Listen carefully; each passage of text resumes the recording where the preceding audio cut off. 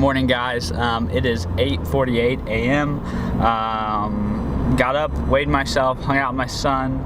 Now I'm on my way to a jiu-jitsu seminar where I take jiu-jitsu classes, mat club, jiu-jitsu. I'm kind of new to the whole jiu-jitsu scene, but from what I understand, the guy that's putting the seminar on and we're hosting there, his name's Doxen, and he's a very high-level black belt in jiu-jitsu as well as a high-level sport jiu-jitsu competitor, and he's charging $60 to spend 3 hours learning from him. Of course, it's not one-on-one, but it's one on many.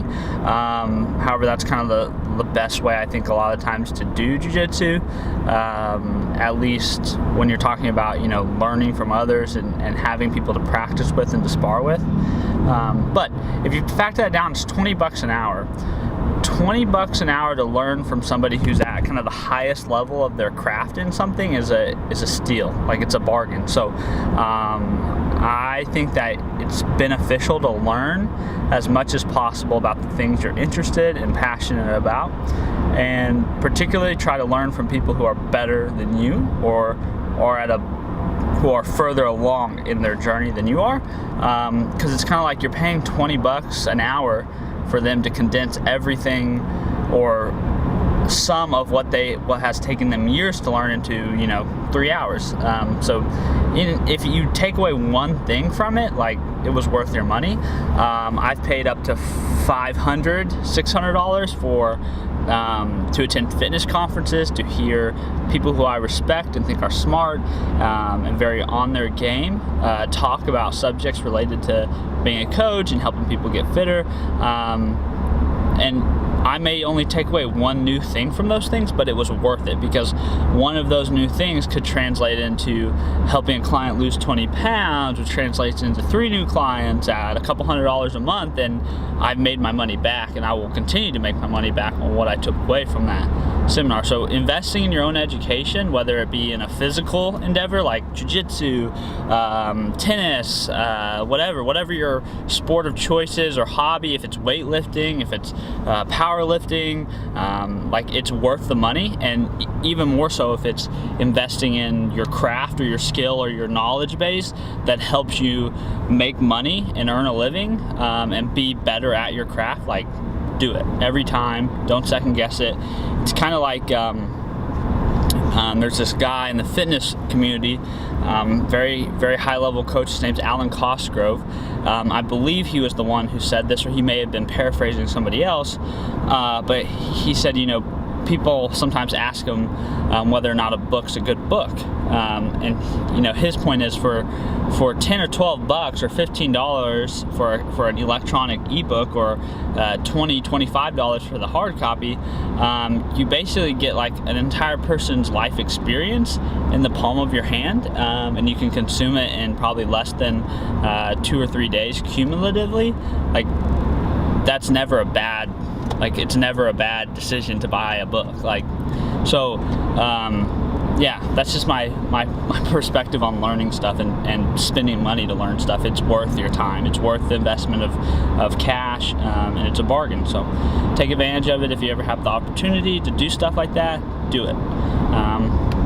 So I'm gonna go to jiu-jitsu seminar now, hopefully learn some new stuff, at least one thing, put that into my game, and hopefully carry it forward into my competition, which I believe is going to be December 3rd, my next competition, which I think is going to be December 3rd. So, yeah, I'll see you guys afterwards.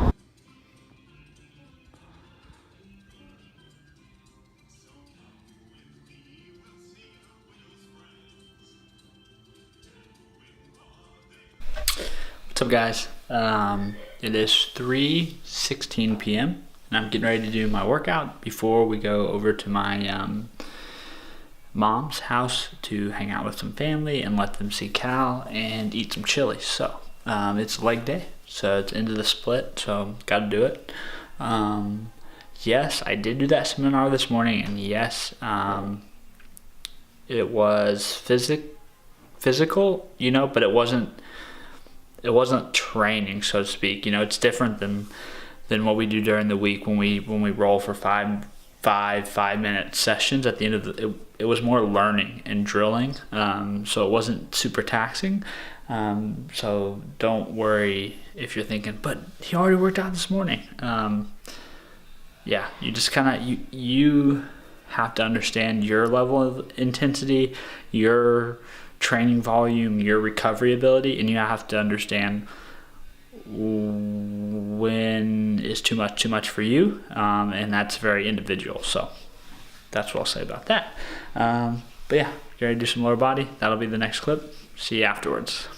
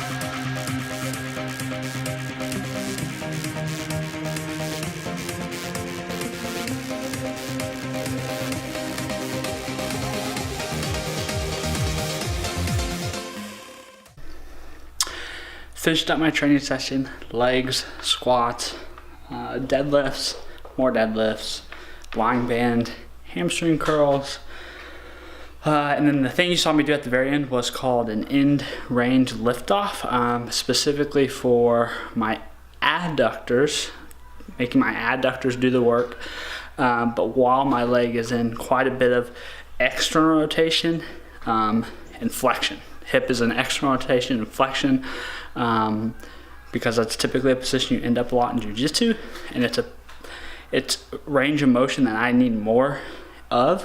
But with the end range liftoffs, I'm working on establishing more control in the range of motion I already do have. It's much harder than it looks. 3 reps with all out tension is quite a bit of effort, so give it a try if you don't believe me. But it comes from a school of thought called functional range conditioning. If you're interested in more of it, you can look that up, functional anatomy seminars, or the work of Andreo Spina, Andreospina. Very awesome. Highly recommend the course. Take it. You'll learn a lot. You'll add a whole new set of tools to your toolbox. Very beneficial. Yeah, so done with that. Now I'm going to go inside, get ready to go eat chili at my mom's and visit. But real quick, the guy who taught the jiu-jitsu seminar this morning, his name's Dustin Dennis, very high-level competitor, high-level coach in that world. He made this really interesting, how do I say this? Basically, this really interesting difference between being interested in something and committed to something. When you're committed to something, you do it even when it's inconvenient. When you're interested in something, you do it when it's convenient. So if you're interested in being fit, then you make good nutritional choices and you get to the gym when it's convenient for you. If you're committed to that, you do it even when it's inconvenient for you. If you want to be a great husband, you do it when it's most inconvenient because you're committed to that. If you're just interested in it, then you only do it when it's really convenient for you. So I thought that was just really like gets to the point of a lot of things. Most people are interested in stuff. They're interested in being a good dad, interested in being a good husband, interested in being fit, interested in being smart, interested in improving themselves. There's very few people who are actually committed to stuff. However, I count myself lucky to know several people who are the epitome of commitment to certain things. And I'd like to be a model for commitment in a lot of things. I'd like to be fit even when it's inconvenient. I'd like to be a great dad and a great husband even when it's inconvenient. I would like to Be committed to being a great friend, even when it's inconvenient. So yeah, I thought I'd share that. I think the only people that, he may have said that before, but this morning, the only people that heard it were the other 15 people or so in the room. I thought I would share it with whoever else watches this video at any given point in time, because I think it's an important distinction. Don't be interested, well, be interested in what you want to be interested in, but be committed to the things that are really important to you. And take the opportunities when you are inconvenienced take moments when you are inconvenienced as opportunities to prove that commitment. So, all right, I'm gonna go eat chili. Bye. We'll see you in a bit.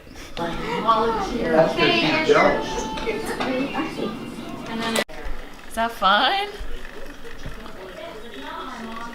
Got a baby massager chair.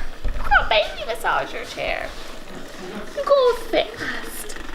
Go fast. Say woohoo. Woohoo. Yeah. Yeah. Give me kisses. That's a sweet boy.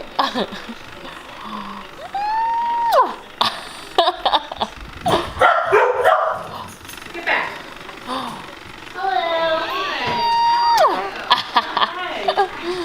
Oh, sweet boy kissing me. Hey guys, so we made it back home. This last clip of the day, basically at my mom's, we just hung out, visited with my uncle, let them visit with Cal. What did I have to eat over there? I had chili with some crackers. And it was more like a non-traditional chili. It had turkey, a bunch of different legumes, garbanzo beans, diced tomatoes, that kind of thing. So it wasn't really saucy as much.